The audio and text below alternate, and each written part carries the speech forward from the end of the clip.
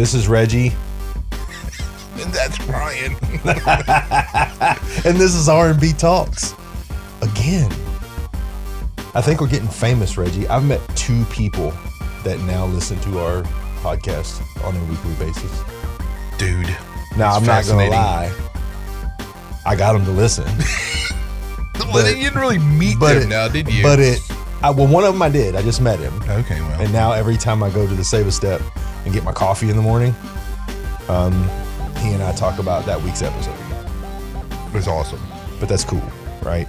Like, I like that there are people listening. I don't care how many people are listening. I just like. Well, you know, the funny thing is, right? We don't know what the hell we're doing with this thing. So it's like it's just, you know, guys. I got a 3-picture decoration, and we don't even know what to do with it. I just thought it would look cool. It's the Constitution. I mean, it's just Declaration of Independence. It's just so thrown together right now. Yeah. I mean, we've been and trust me, folks. We have plenty of conversations about this. Indeed, right? And we will make this what we want it to be. It's just, right? You know, it just takes time and it's money, dude. And we'll get and I'm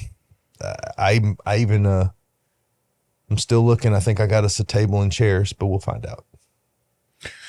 Who knows? All right. So, anyway, Brian. Yes. My timbre of my voice has changed.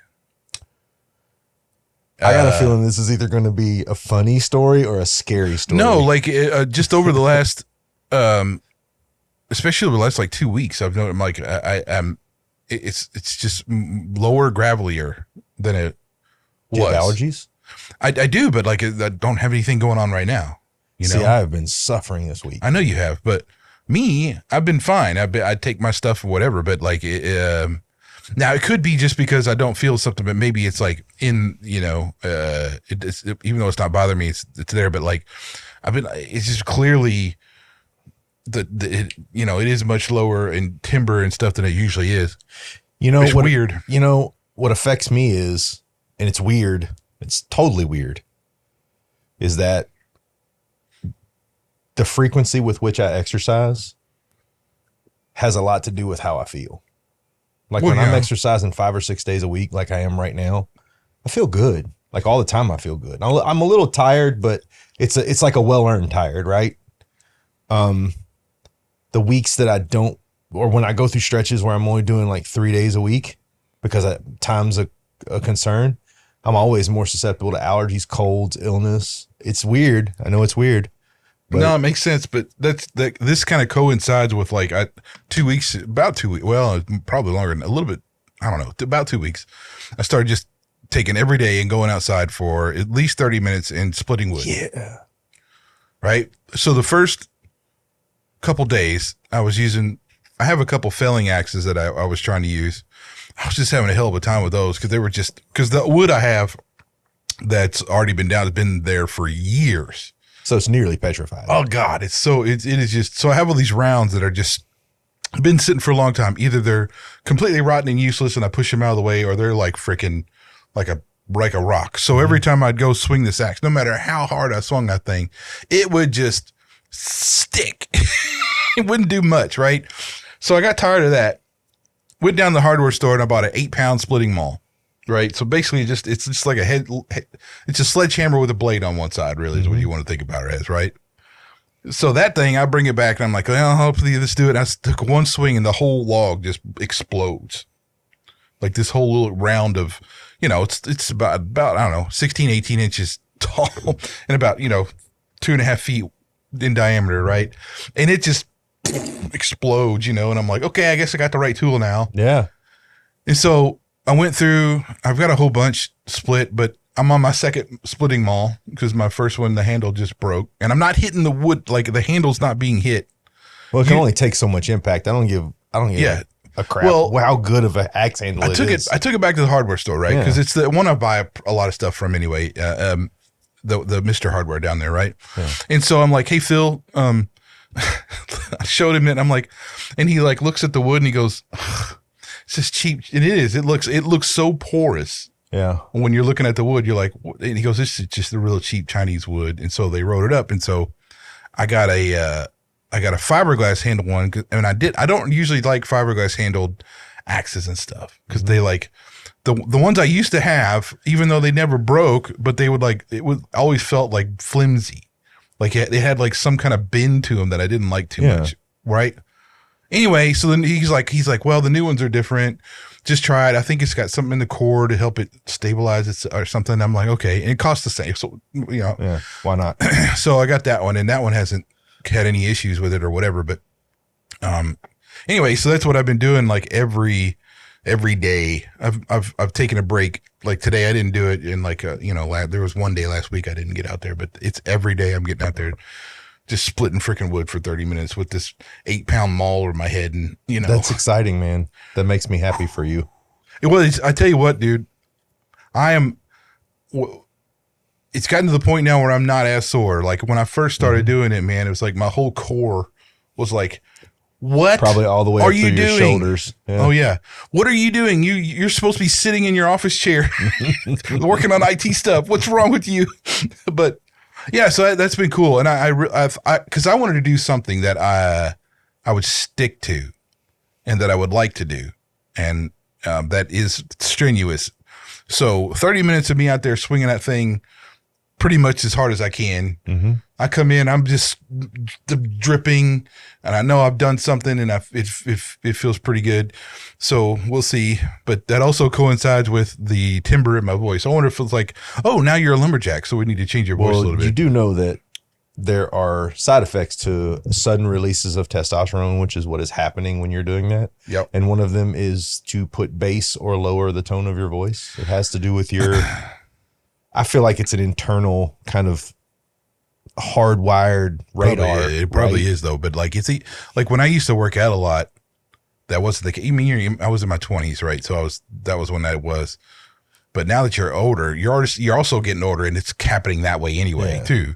So I feel like it's like at this point where it's just I'm going to sound like an old man before the month out, right? It's going to be crazy, right? But anyway, just a funny thing about splitting wood and having to go through a splitting maul already. But no, I think it would be fun to see you with like a Barry White voice. No, but like, hey, baby. That's right. Like the deepest of deep, right? Well, like it is hey, baby. Yeah. What's going on? You know, another one that had a super deep voice, but he was kind of scary. Who's that? Was Teddy Pendergrass. Yeah. He was a little, he liked to scream at you in the middle of a song. I wasn't a fan. Like scare the crap out of you while he's singing, and then you're like, you don't want to turn the CD off because you're afraid he's listening. Like it's weird, but he has a very deep voice too.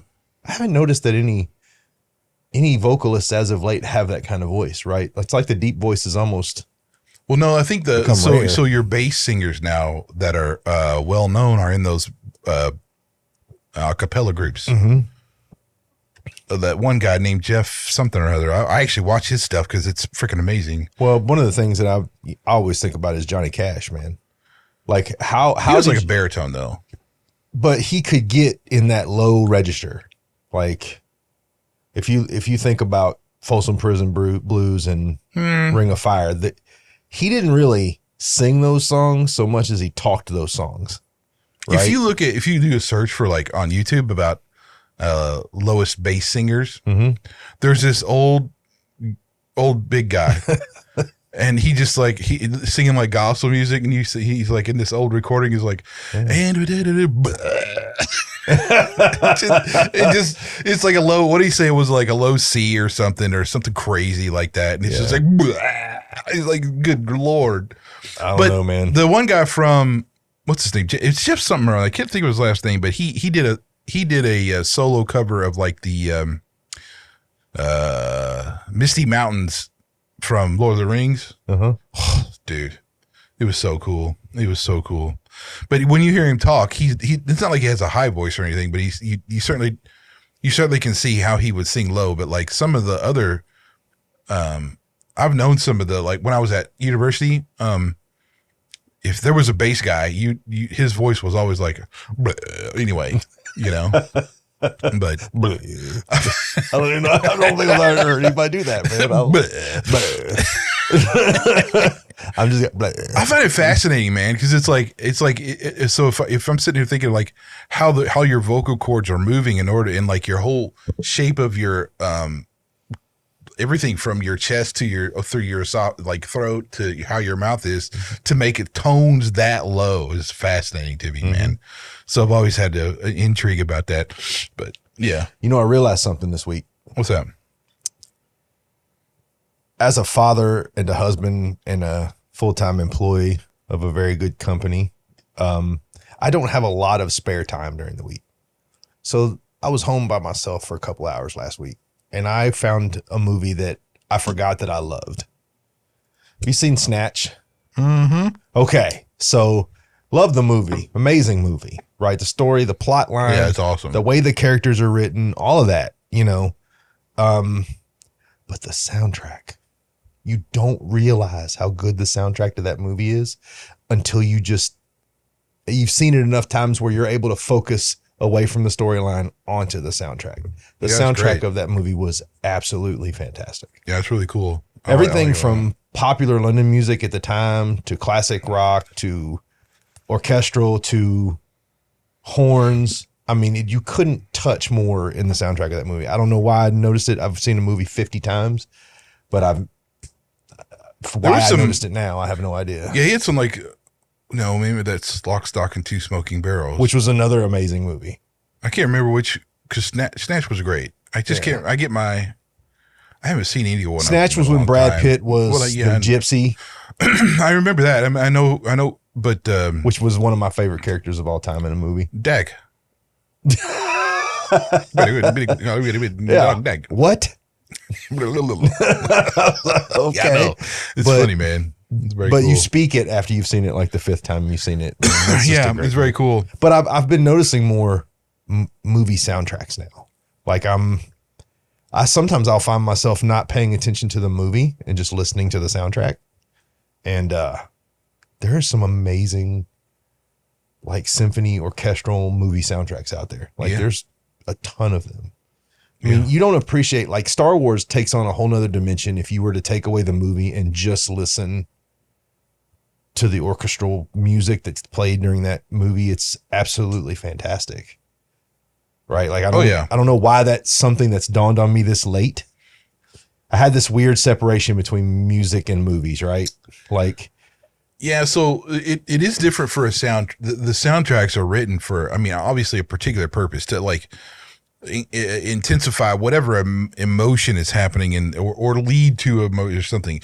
So that it's critical for the actual like engagement of the audience in a movie to have this soundtrack go along with where they want the movie to go. Yeah. That's why like stuff like the Dune soundtracks or from both 1 and 2 and like the even Conan the Barbarian with like Arnold Schwarzenegger. That was a great soundtrack. Like, I mean, come on. I mean, it wouldn't have been anything without what else would you be doing when that music is playing other than wearing a horned helmet, riding a horse with a sword, chopping people up? I don't know. I don't know how else you would. If that music started playing, I would have to turn it off or do that instantly. That's right. Right. So that's right. But anyway, you know who soundtrack is really good? What? EMTCC. Well, let's hear it from Edwards. All right. Take it away.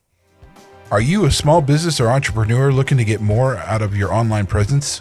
Technology is ever changing, and with more and more people spending most of their time on screens, it's important to have your brand out and about getting the most exposure possible. Worried about having a big budget for website design or social media? At Edwards Managed Technology Computer Consulting, we cater to every business or solo entrepreneur's individual needs to come up with a plan that works for your product and your wallet. Interested in learning about how we can help you manage your online presence so that you can spend more time doing what you love to do instead? Visit www.emtcc.net to make an appointment or give us a call at 1-888-551-2770. Mention R&B Talks and get 10% off of your initial appointment. Remote and on-site options are available. Thank you, Edwards. And we're back. Reggie. Brian. So I hope you had a good week since our last R&B jaunt. Yep. Life good, family good, work good. Yep. Did you watch the Derby? No. Neither did I. Care little, care not. I didn't care about Thurby. I didn't care about the Oaks. I didn't care about whatever. I just don't care. Well, you know what we should care about, right? That the Kentucky Derby is the second largest sex trafficking event in America behind the Super Bowl. Yep. It's something. And you think about it too, and it really is because you have, I think there's a couple things why that is. Yeah. With horse racing, you have a lot more global involvement. Yes. Especially in the Middle East that come over here for that own these horses or whatever. Yes, sir. Sheiks and stuff, right? That's right. So their cultures are very different and they're used to doing whatever they want, including some vile things. Yeah. But yeah, you know what? I'm it's appalling. I don't look, I don't have anything against horse racing necessarily. I don't really like it that much. I don't have anything against the Kentucky Derby. But what I do know is that if I had something like that and I knew that, okay, there's a child trafficking thing that is like, I would funnel a lot of that money, I mean, that's coming in into solving that problem. how does that not bother you, right? Yeah. You know what I mean? But also you got to understand that a lot of people in horse racing are ultra wealthy. Well, I know. And I mean, horses are not cheap. We all know too much money corrupts too much, right? So But I hate to say that, but the depravity on our end ain't exactly lacking. No, but I'm just saying, like, if I held a sporting event and I knew that sporting event had a astronomical increase in child trafficking for just that freaking event, I don't know. That would really cause me to like, okay, maybe I don't have the event at all. Well, for me, because I mean that would be that important. But at this point, the Derby's not going away, right? Like this is one of the biggest events in America. No, I'm not saying. I'm just saying, like, you know. But what they should do right now is, knowing that exists, be funneling a large portion of the profits into stopping it. They got to care about it first, dude. You know, they don't care. That to me is just appalling. But for me, man, I have a really hard time with children being taken advantage of. Yeah, I hear you. It's in me, that actually just instantly stirs up anger. Like it doesn't. Yeah. There's no hesitation behind it. Like just the thought of one adult taking advantage of a child, regardless of the situation, it just makes me at least my stomach hurt. Oh yeah. Yeah. And not in a way where I feel weak. In a way where I'm like, dude, this just isn't okay, right? Like that anyone would be like, well, you know, it is Derby, so maybe we shouldn't pay attention to this. No, not at all. Yeah, I don't know, man. It's one of those problems where I'm detached from like the people that actually solve the issues. Yeah, but I definitely know that. I don't know if someone said, hey, we're going to restructure our tax stuff and we want to put, instead of all this money to Ukraine and everything else, we're actually going to put it to fighting child trafficking. I'd be like, where can I send a check? Yeah. Take as much of my taxes as you want. Yeah. Right. You need to raise them 3%. If that's what you're raising them for, I'm okay with that. But they would never do that. Yeah. Because they don't want to acknowledge the problem. No. Right. On better tidings. Yes. We got to talk about Russell Brand, bro. Bro, amen to Russell Brand, dude, for getting baptized and coming to Christ, man. What an amazing. It's another, to me, I would compare it to a David story, right? I mean, you look at everything that he's done over the past 20 years, the movies, the drugs, the sex, all the things that he was doing and was doing them openly and publicly, for him to come to a point where, you know, he finally felt the pull, and I mean, he's out of it now and he's out here trying to make other people aware. Like right before we did this podcast, I watched most of the video of him announcing it, and what a well-spoken, great advocate, right? Okay. Here's what I'm going to say though. And I've said this before when we mentioned Kat Von D. To you Christian trolls who keep negatively responding to stuff like this, shame on you. and you should repent. And I'm telling you right now, you should be rebuked. Yeah, dude. You don't know Russell. You don't know what he's doing. He's obviously been through a bunch of other spiritual stuff and is finding this. Shut up. Yeah. Be quiet. Nobody needs to hear you talking. No. Look, you're man, making noise. No. Honestly, I'll put it this way. For the win, right? Like, I'm not even, like, if he was here now, I mean, all I would be is like, dude, congratulations. Like, I know. You have found something. You and I found it. I know many a person who has found it. It's very freeing, and it makes the breaks in myself seem insignificant because they're forgiven. But dude, how can you be negative? Well, so here's what it is. It's like they look at the person he was and say that he's still the same person. Okay. And so you're like, well, you're just grandstanding. You're just being sensational. You're just doing this for whatever it is. Well, so are Saul and David then. Well, if that's the case. Well, no, because here's the truth. You don't know. You don't know. We don't know. And I mean, like, I'm not buddies with Russell Brand. I'm not hanging out with him every day going, hey, man, how's your walk with Christ? Like, what are you doing? He's going to have he's like, if he's just now to the point where he's accepted and publicly stated his beliefs, it's going to take a long time, especially for somebody like Russell Brand coming from that other kind of stuff. It's going to take a while to mature into a Christian like me and you are, right? I was baptized at 15 years old. I'm 48. I'll be 49 in 20 days. Right. I'm still working on it every day. Right. Yeah. Like, I'm struggling with things now that I thought for sure I would be past. But one thing I do know is that I recognize that there are problems and I'm just trying to do better. Right. Like, just what I'm saying though, we all have stuff to work on. And when you start taking that journey, for one, you're excited and you're full of like this whole like connection and like trying to like really understand some things and stuff and doing things. But you still are fighting those. You've now got the Holy Spirit and Jesus in your corner to help you defend some of the other stuff that's going on. It doesn't just immediately go away. Yeah, not at all. It's very rare when you have somebody who says, well, I just got saved and poof, I'm good. That's not how it is. So for one, it's called grace. You've received it, give it freely, or else you're a freaking idiot Christian. Give him some leeway. Good Lord. Yeah, let the dude grow. Like, I can tell you that in the beginning of my walk, even today at times, dude, some of that stuff will creep back in momentarily, right? And you will have to refight that battle a little bit from time to time, right? Like, it's not, I love that these people, don't get me wrong, if it's true that the moment you repented, all your sin went away and you just lived a perfect life, good on you, right? I get it. I doubt it, but I get it, right? But here's the thing.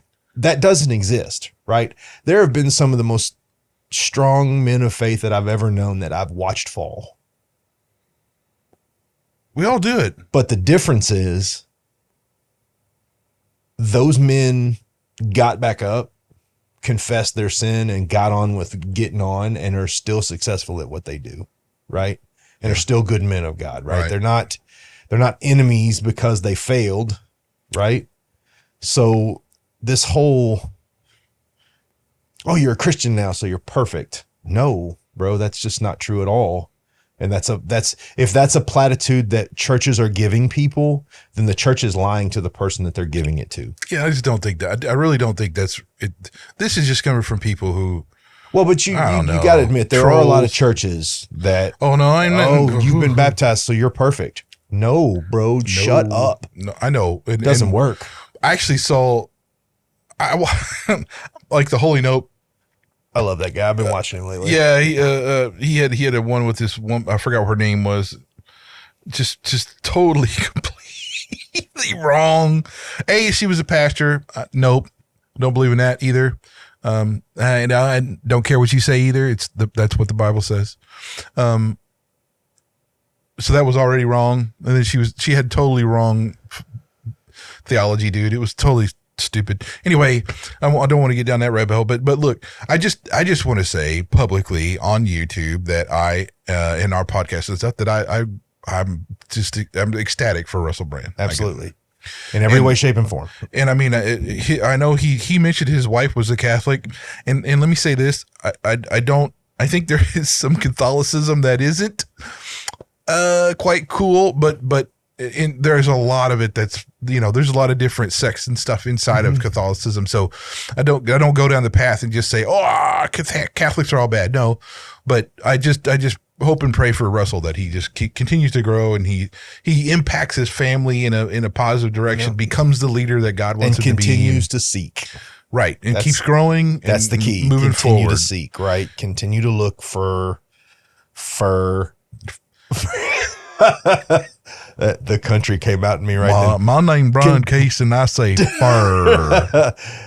To look for more evidence, because there's always more. That's something I've noticed is when I ever have a moment of doubt in what I believe, the one thing I can find in the Christian faith is the next piece of evidence, right? Like not, ooh, I saw Jesus and the miracle happened in my life, but no, well, I can track it all the way back to the old church, right? I can track it all the way back to the Church of Lycia and, the original Jewish churches with the original law. And that's cool, but the other, and we'll get to the early church in a minute. Yeah. A doctor, hold on. Community Bible Church. Yes. Dude, this was powerful stuff, man.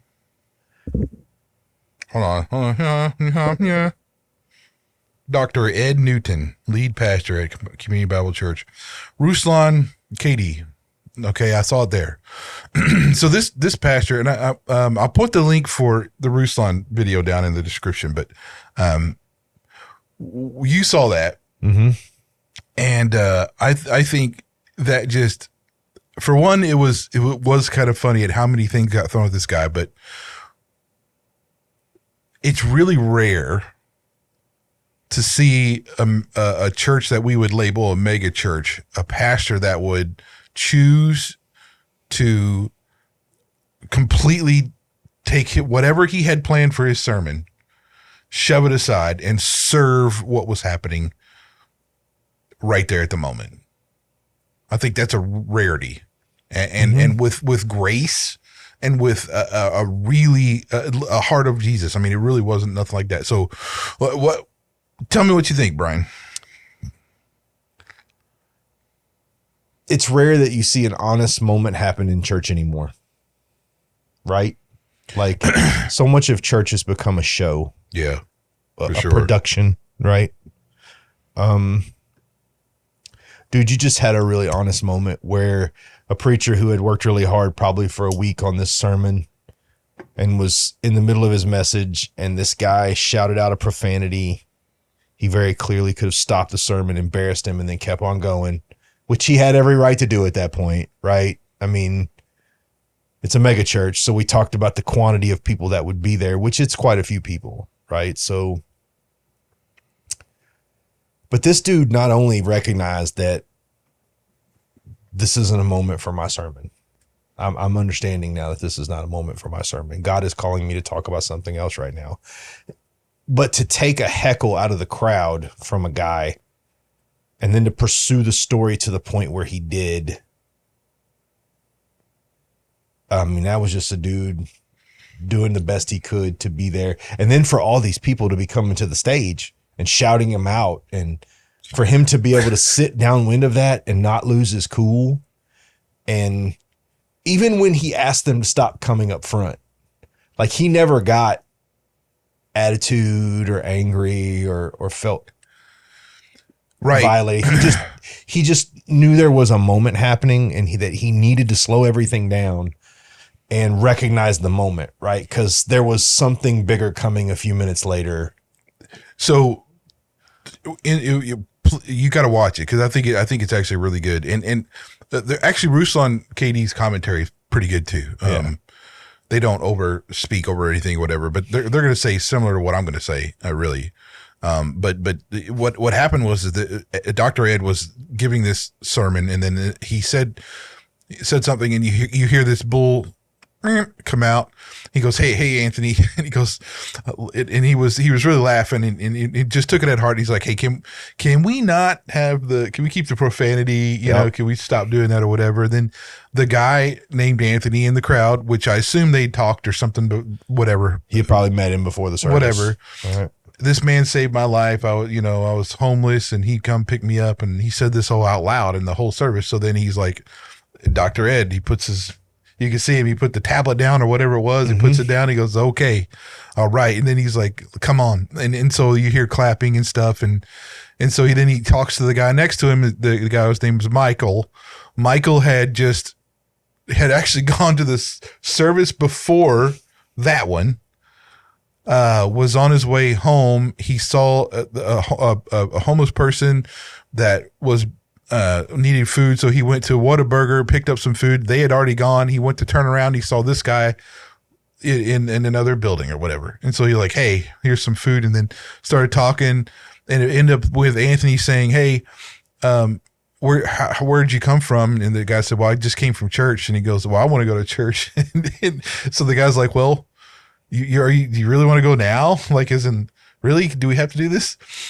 And he's like, "Yeah, let's go now." And so he takes him back to the church and goes to the next service, right? And so, you know, the pastor brings up Michael, has him sit right next to him, and talks about, you know, hey, what happened and all this stuff, and he's like, so what happened here is Michael just gave the sermon for the day, right? Yep. And it was like, it was just a cool church moment, and you don't get those often, right? It was a cool, honest church moment. Yeah, okay, there you go. Right? Like, there are always cool church moments, but like, I had a cool church moment when you played at Southeast. Like, that was a cool church moment for me, but this was a very honest, yeah, dude, I've got nothing for you. We're just going to have to go down here and deal with this. Yeah. And what we're going to do is we're going to sit down on everybody's level. And I don't care how many of you are sitting out of there. We got some business to take care of. And there's people coming up the whole time. Yeah. And like, he was, and this is what we were talking about before. Like, this is 2024 where pastors or preachers are getting attacked and services are being interrupted and stuff. And so, yeah, I mean, you know, it was pretty odd to see that kind of stuff just happen. Yeah. And then, but Dr. Ed though was, so the guy, he says, Anthony ended up coming up, and, Anthony said, yeah, he saved my life. I was about 3 minutes from stepping in front of a truck, killing myself. I've just met my end of my rope. And it was like, you know, the critical moment opened. Then, you know, pastors crying, they're hugging, and I love you, man, and all this stuff. And then still people coming up. Yeah, coming up, dropping money on the stage. Like, they were, it was crazy, dude. And then at the very end though, Pastor Ed's like, hey, look, we don't want to send Anthony away with just a bunch of money in his pocket back on the street. We want to give him, get him. Yeah. He needs to get off the street. That's what we need to do. So again, look, if you've not volunteered or worked with the homeless before, you don't really understand this, but some of them don't want to be off the street. Yeah, they don't have the mental capability. Yeah, there's a whole lot of things that are in play there. You may try, you may do a lot of things, but and here's something that's just true. When you are homeless, you live in mental and personal isolation for long periods of time, and it is medically proven that spending time isolated like that and being kind of outcasts of society and not having regular interactions can cause severe mental health issues. And I think that's the underlying, under the alcohol and the drugs, what you have is a severe mental health issue where they are just not mentally capable of living a normal life anymore. Like, they just don't have the faculties. It's like they've gone feral in a way, right? Like, I don't really want to be normal anymore. Like, I'm so used to being abnormal. Well, there's a spectrum of like all kinds of things.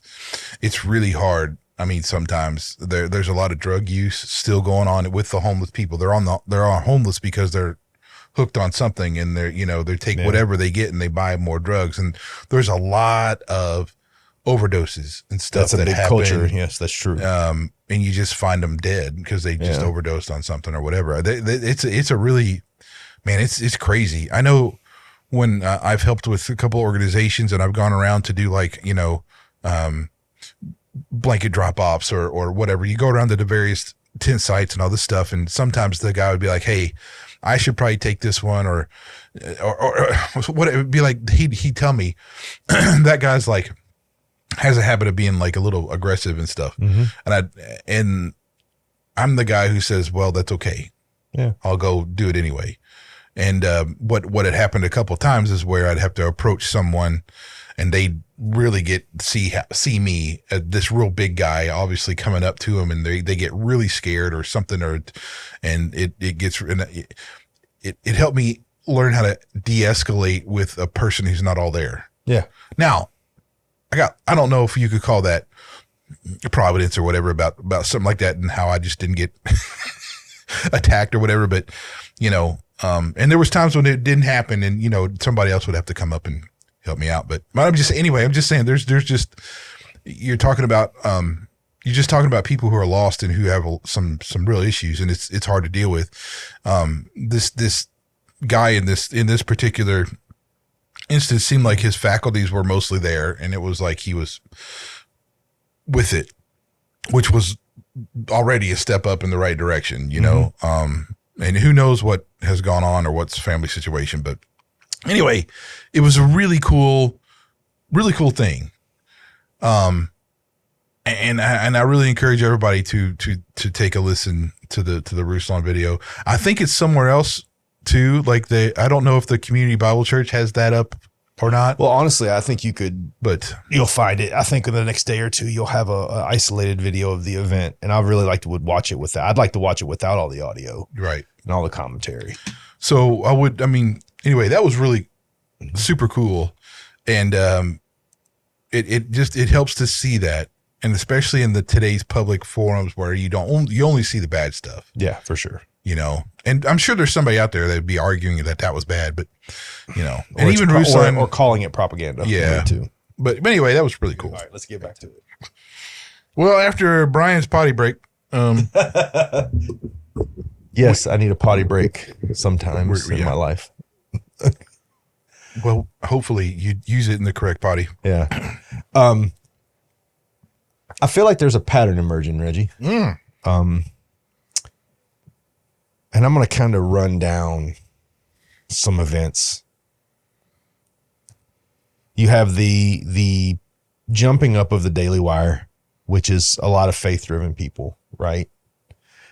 Public about their faith.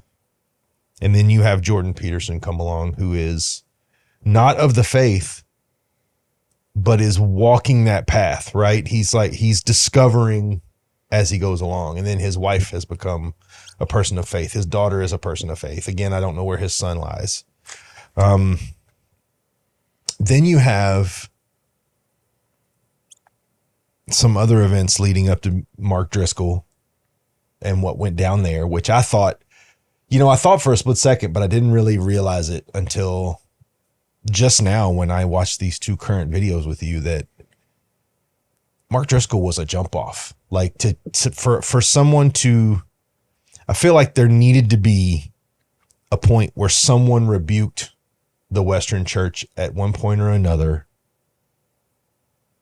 in a way that would challenge the status quo. And I feel like in a way, Mark Driscoll did that by just, stepping on stage and doing something that you very rarely see any preacher do, is rebuke another preacher for, and I'm not saying it was right or wrong, right? But it was definitely a move. And then, you have.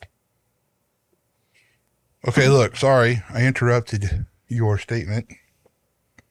It's one of those, like, you hear this squeal, and you're like, that's either a happy squeal or a not happy squeal, and a really bad. It's indifferent sounding, right? Like it has no, like I've thought Caleb and Dylan were hurting each other, and I've run upstairs and they were actually giggling and fighting and having a good time. I know. And then I've run up there and then I've ignored it thinking that they were having a good time, and they're up there pummeling each other and trying to kill each other. And so I get it. Yeah.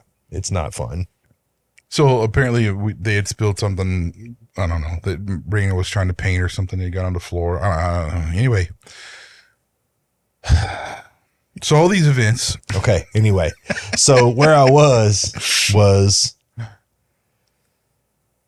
then you have Russell Brand, then you have this community. What's the church's name again? I'm sorry. Community Bible Church. Community Bible Church.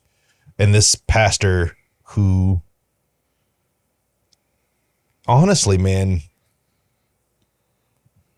he might be the first vision in the church, the true vision of someone who gets it that I've seen in a while, right?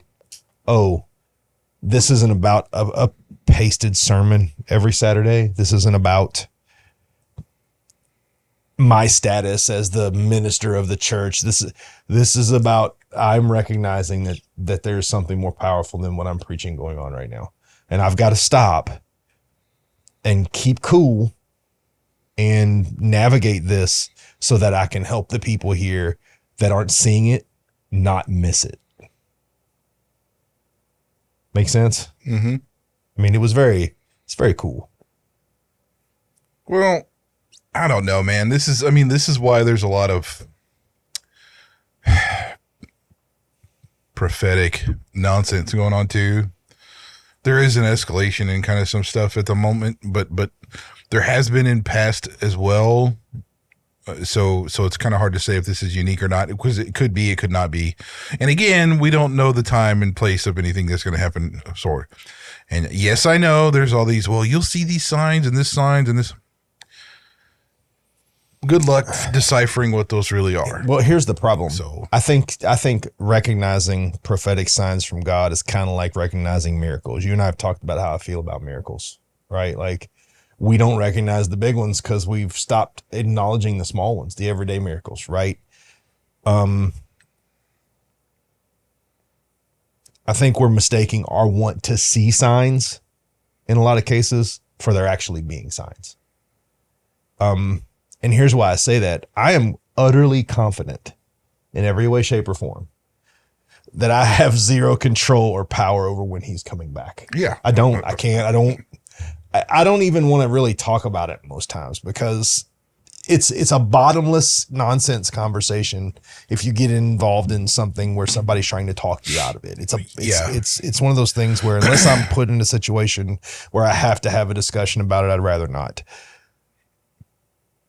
I think the best advice to give anybody right now is do what you're supposed to do. Love on people, pray for people, be kind to people, show grace like you've been shown. And I've struggled with that for the last month or so. And that's a whole nother episode, but I've gotten a real lesson in I was given grace, so I need to give grace. Right. So I'm really just shut up, man. And just shut up and do what you're supposed to do.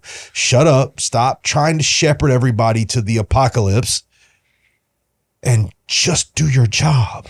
Well, there's a point to say, hey, there will be a time when there is no more time to do anything. Yeah.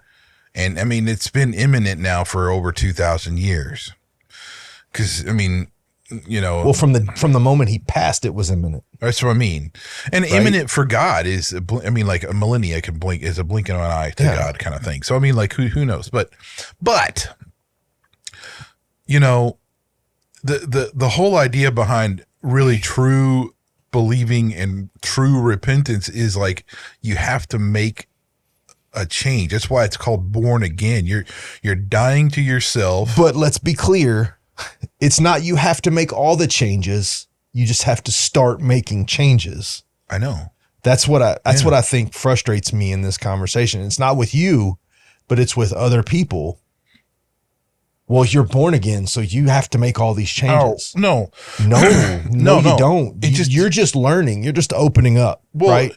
What I always kind of reference it this way is saying like you are now letting go of your ego. You're now letting go of your own like your control mania of whatever happens, and you're allowing God to have that stewardship over your life. So you're saying, hey, God, I'm saying I'm not enough. I need that. I need you. I need Christ. I need the way, the truth, the life. I need that. You know, I heard a guy quote something earlier this week, and it was pretty prophetic in exactly what you're saying.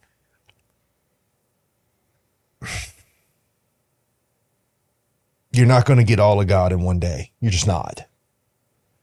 And, you know, one of the things that I really loved, and I think that kind of shows this movement we're seeing back towards traditional values, is the flower doesn't come to the bee. The flower just is, and the bee has to find it, right? God just is. Like there's always has been, right? He's always been God. Like, I don't, you know, he's ever present. He's never changing. He's the same God he's always been, right? We are the bees, right? And we need to be, I think we went so long with there being such a good subterfuge of the world that we were obscuring the vision to him enough where he had to respond.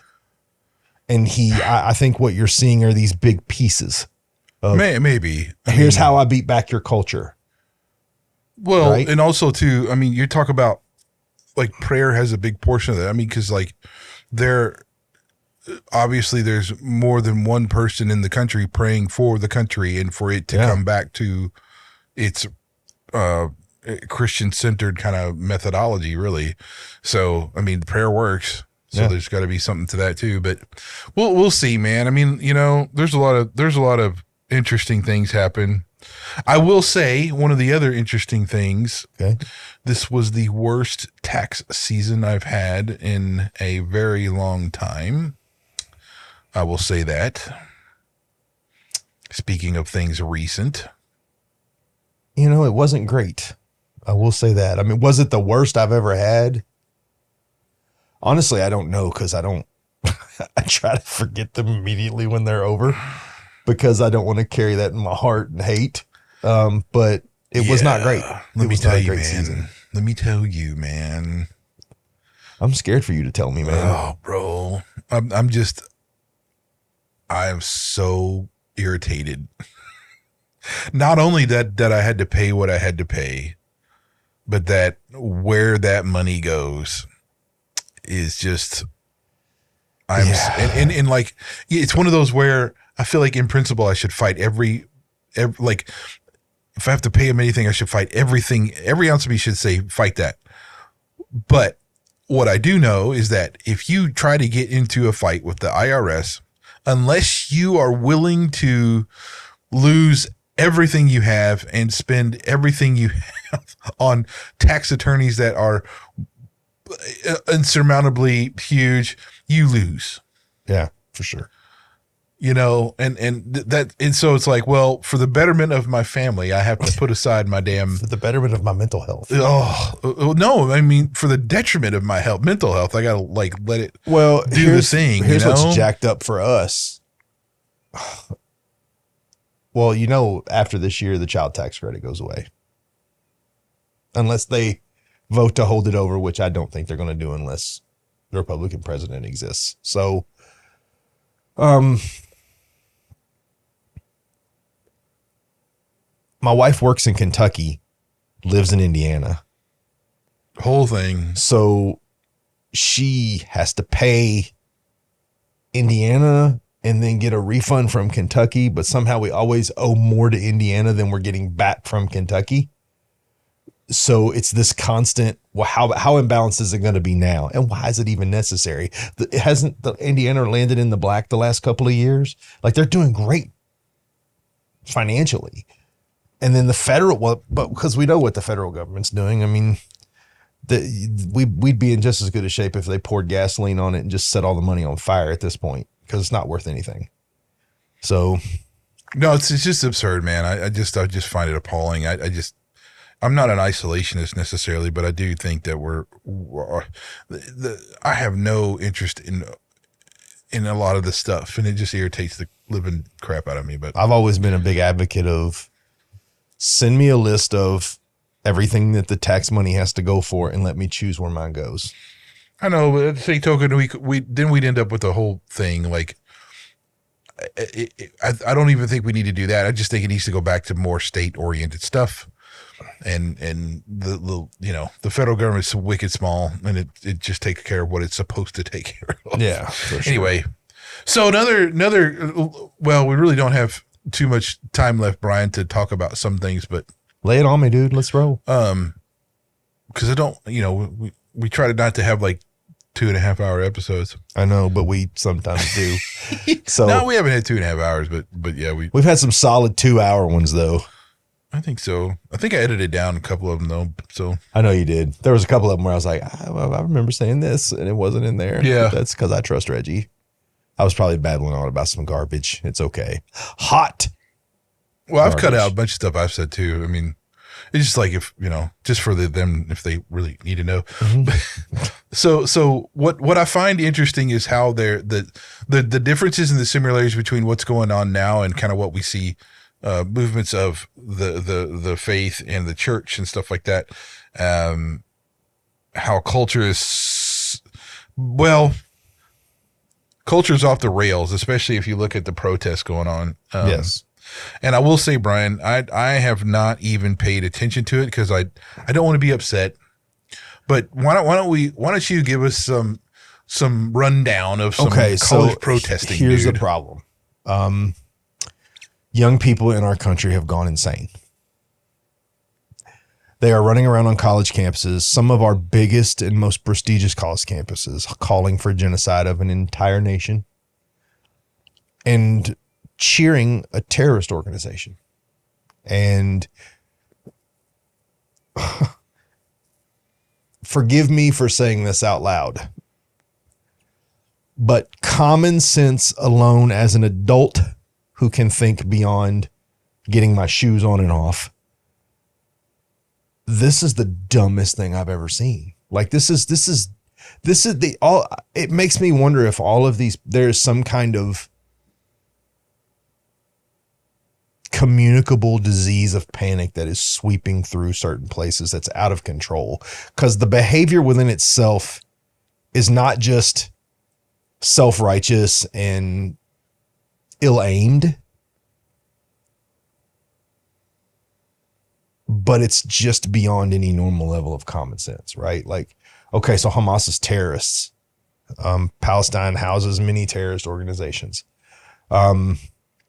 They attacked and murdered people in Israel. So in Israel is striking back. They're saying, you're not going to do this to us. We're going to extract a toll and you're going to pay a price. And it's just weird to me that when we were attacked on September 11th, this country congealed together like I had never seen before. But when they watch something that was done to us, done to another country, we want to cheer for the people who we would have hung in the town square if they did that here. And to me, it's the epitome of hypocrisy, right? Like it's the epitome of hypocrisy.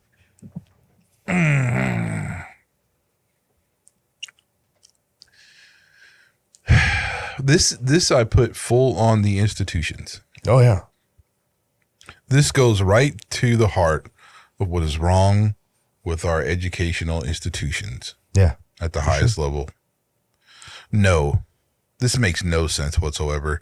And look, I don't care what you call yourself, Democratic Socialist, a Marxist, of whatever, you're all full of crap. It doesn't work. It's never worked. It's always equaled more death than it did life. That it's never equaled freedom. It's never done that. Through the course of human history, that system has never worked. And that's not an opinion. That's a fact. Second thing is, why the uneducated opinions of these people who are supposed to be educated blows me away. Yeah. I've heard like a little bit in passing, a little bit, because I haven't had a lot of time this week, and when they're asked questions about the, Palestine versus Israel, and they say stuff like, well, Israel hasn't been a state for this long and all that kind of stuff. And it's like, you are totally not, where have you been? Like, what are they really teaching you in history then? Because this goes back to, Israel goes back to biblical times, dude. Yeah. I mean, this is silly. It's biblically, it is said that those lands will war until my return. And so let's just talk. This is a perfect example that you're not going to break the will of God. God has said these countries will war until the day of my return. Now, yeah. And now we're all shocked because they're warring. Yeah. I don't know what's happening. Yeah. Right? No, it's no surprise. Now, the other thing is the Gaza Strip, right? So what surrounds the Gaza Strip, Michael? Why did I say Michael? Why did you call me Michael? That is the weirdest thing you've ever done. Are you having a moment? Did you call me Michael? Why did I say Michael? I don't know. I think you were saying, you meant to say me because you looked at me and then you said Michael. I was Michael. like, that's weird. Okay, Brian. What? The Gaza Strip is surrounded by what, Brian? Well, several, Israel. Yeah, Israel. Several, and doesn't it partially border Egypt? Is it? Look, yeah. I think so, just a little bit. Maybe I could be wrong. The majority of it is covered by.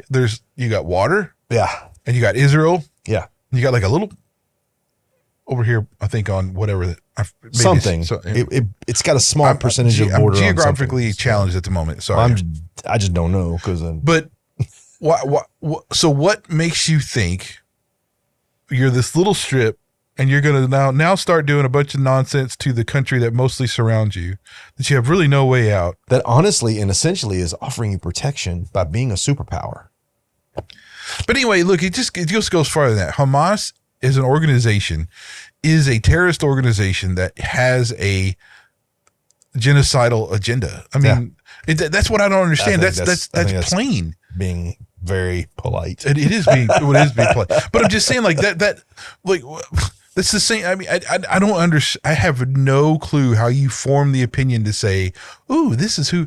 Now, I get where you'd say, like, "Look, I think Israel's a turd. I think Palestine and Hamas are a turd. I don't have a dog in that fight." Okay, that I could understand. Yeah. All right, look, I'll let that go. Even though I think that's stupid too, but at least that's not like totally and completely off the rails. At least it's arguable, right? But to say that you're like all this pro Hamas, pro-Palestine, blah, blah, blah. No, you were insane. You either have no idea what you're talking about, which is mostly the case, or you've been so brainwashed by some moron that you're just uttering nonsense and repeating it because you think you're smart. Well, I think this is indicative. Get over it. I think this is indicative of higher education in the general sense. I mean, I had a little college experience, Reg. And what I noticed in my college experience is I was an outcast. I was a conservative father taking sociology and psychology classes that were, to say the least, slanted towards a very dark liberal agenda, right? And I passed those classes. I had a class and a professor that I remember this very clearly. She wrote an argument and our assignment was to write as the opposing side of the argument, right? My job was to take all of her bullet points and debate those bullet points back to her from the opposition. Well, she was supremely liberal and I'm not. So I did exactly that. And she gave me an A. To her credit, she gave me an A. But in the footnotes of the paper, it said, P.S., I agree with and believe in nothing that you wrote. As if to tell me, hey, I'm going to give you an A because I have to. It's my job, but I don't think you're credible at all.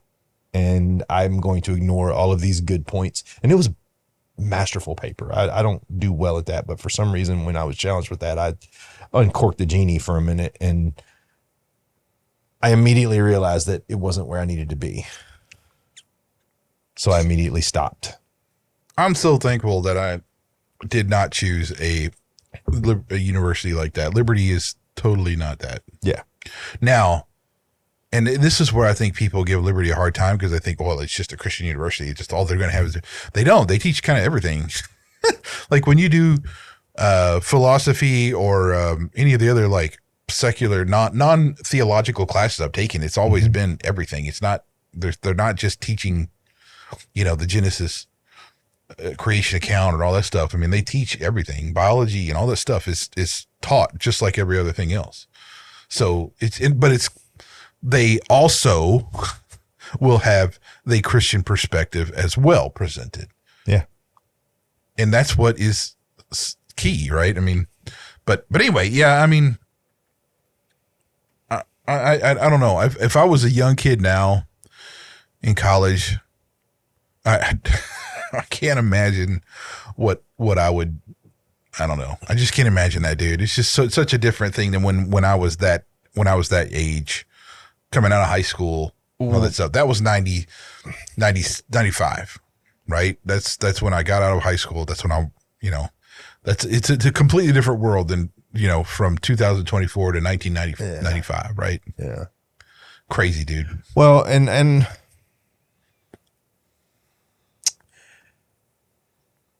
the fact of the matter is this there's a movement happening. I can't explain what I mean by movement when I say that in this general sense. I just feel like, and it's all catching, like you're seeing it all. Like, I mean, I know this isn't a big deal. I mean, who cares about, I don't really particularly like Roseanne, but Roseanne comes on and goes head to head with The View, and she's conservative and beats The View in the very first episode by some miraculous number.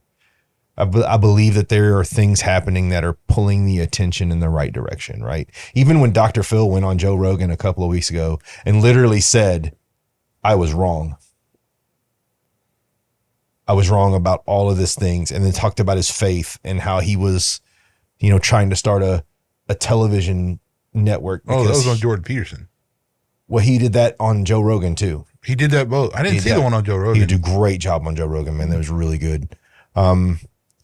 And he talked about he wants to own the debate lane in television, right? And he wants to give a floor to people to have honest conversations and honest discourse and to get to the facts, not the feelings, but the facts of things, right? And he talked about how his mind had been changed about his time through COVID and all those things that happened. And I mean, it was monumental. And I just downloaded his audiobook for We Got a Problem. And I'm going to listen to that because I feel like, the dude's ready to speak some truth. And I feel like that's happening everywhere, right? It's not just happening on television. It's not just happening it's even happening in sports, man. You've got a couple of NBA players that are good players, well known, that have come to the forefront and said, you know what, we're Christians, man. We are godly men, right? Like I feel like God went, all right, hold my drink, because here, I'm going to show you exactly what happens when you make me stir. And all of these things are happening. And I think it's a real kind of visual of, just how important conservative moral values still are, right? Like to me, that's just awesome. True conservatism, I'm down with. Yeah. I'm not down with the current Republican Party. Yeah, but they suck. Let me just make that clear. Yeah, they're all weak. They're all weak-willed and spineless. No, I'm not saying all. 95%. Yeah. But it's like somebody. So somebody stuck a Karen Engelman sign in my yard. It's my wife's aunt. Did you stick it there? No. Okay. I took it down. I don't know Karen Engelman. I don't know what she's done that's good for me or not, whatever. I certainly don't think there's anything been, whatever she may have, but like, I don't trust any of them. I mean, it would take me to have a personal relationship with somebody in Congress. Well, I will tell you that I fully trust Karen Engelman because my wife and I have a personal relationship. I'm sure you do. And she's a great lady who she was an auditor for a long time, and she is just one of those people that really feels and she's never actually said this, but just from the way she presents herself, and it's an honest presentation, she just feels that it's her duty to serve, and she lets her common sense and her faith kind of guide her, and that's very rare in politics, right? So, well, there was another. I met. There was I think she was a state senator or a state representative of Colorado, who was a friend of a friend, who came out one New Year's. This has been a long time ago, but we hung out, right? Yeah. So Lori Sane was her name. Brilliant lady who married, like, he was the jarhead of jarheads kind of guy. Like, he's just a, I didn't meet him. He was the Marine. Oh yeah. He's the, like, apparently. But she was very much like, a tough, this is, this no nonsense. No. I mean, nothing. This is what needs to happen in Colorado, of all places, too, which is, but so I've met some. I'm not saying that, right? I know I've not, and I'm not in. See, I've really dived out of politics a lot. Now, I've been into it more lately since we've had the show because I'm trying to keep up somewhat, but I just don't like it, man. And anyway, well, I'll be honest with you. I'm voting for Karen Engelman. I'll be voting for Greg Routon, former Army, very just friend of mine, just a very honest and integral guy who is another person that just feels that duty to serve, right? And as of everyone else that I don't have a personal relationship with, you're a politician. And I have to really kind of keep my guard up before I make that decision, right? And I'm not accusing anybody of anything. Like, I've familiarized myself with the gubernatorial candidates and all that stuff for Indiana, and I've read what I can. But, I actually got to go to a Republican event this year, and I'm actually going to work the polls on Tuesday evening. But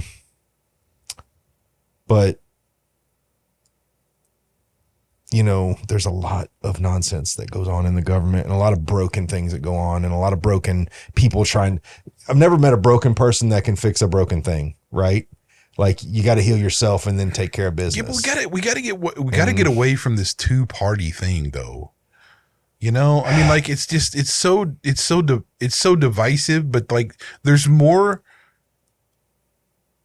just more ways of governance than just two ways. Yeah. Well, and there are people you can be, and this has nothing to do with your faith, but you can be a conservative, financial, liberal, liberal, personal kind of person. And you can be, vice versa. You can be financially liberal and morally conservative, right? Like, I think the point when we start to say you can only be one way, or you can only be two ways. I honestly, I'll say this, and I don't know how people will respond to this, but I think right now we charade as a democratic government, and we do not behave as a democratic government. We like to fly democracy, right?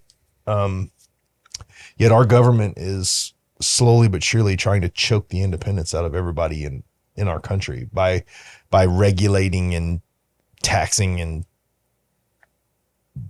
unnecessary laws and bills. It's just as if they're intentionally trying to bury us under so much stuff that we'll never find our way out. Agreed. So, as evident by this tax season. So I want you to name this episode Reggie Talks About This Tax Season, because you are definitely hurt by this tax season. Like, it's here's the thing. What happens? This is what I want to make. This is how I relate to how poorly the tax stuff is. I want to be generous, and I try to be generous. I try to give a lot. And when the government takes the money I could give to some thing or purpose or person or family or here locally, or whatever it is, and they use it for all this crap, it really irritates the snot out of me, dude. And that's it.